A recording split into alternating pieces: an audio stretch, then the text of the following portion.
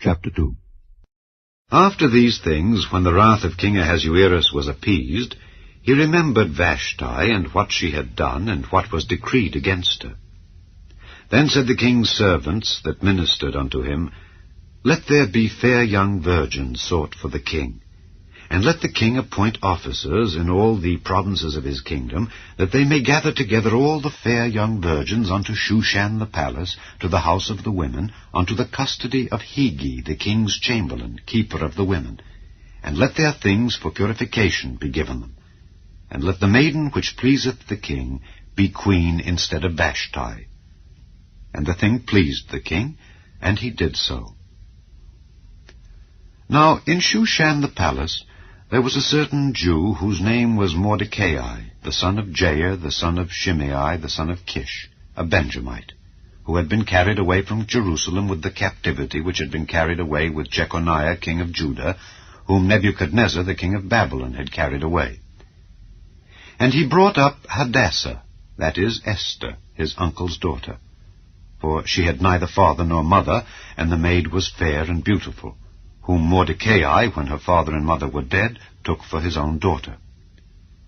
So it came to pass, when the king's commandment and his decree was heard, and when many maidens were gathered together unto Shushan the palace to the custody of Hegi, that Esther was brought also unto the king's house, to the custody of Hegi, keeper of the women.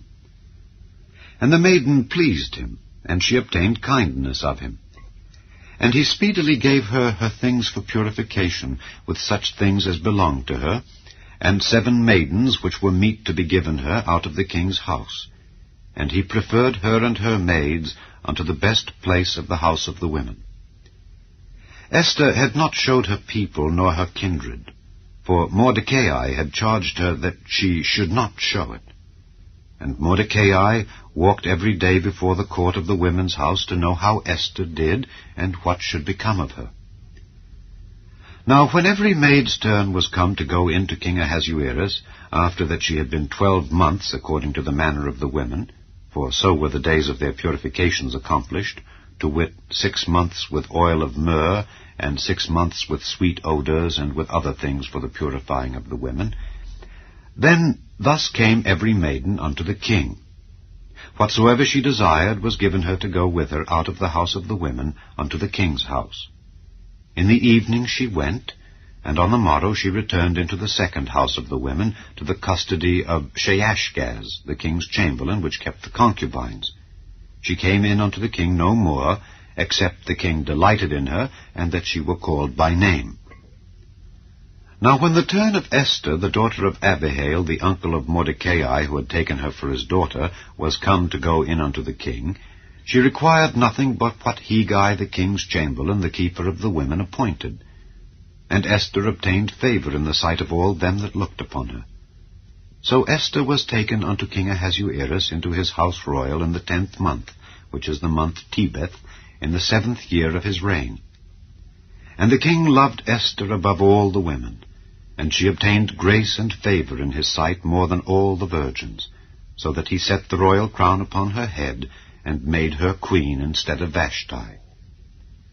Then the king made a great feast unto all his princes and his servants, even Esther's feast. And he made a release to the provinces, and gave gifts according to the state of the king. And when the virgins were gathered together the second time, then Mordecai sat in the king's gate. Esther had not yet showed her kindred nor her people, as Mordecai had charged her. For Esther did the commandment of Mordecai, like as when she was brought up with him. In those days, while Mordecai sat in the king's gate, 2 of the king's chamberlains, Bigthan and Teresh, of those which kept the door, were wroth, and sought to lay hand on the king Ahasuerus. And the thing was known to Mordecai, who told it unto Esther the queen.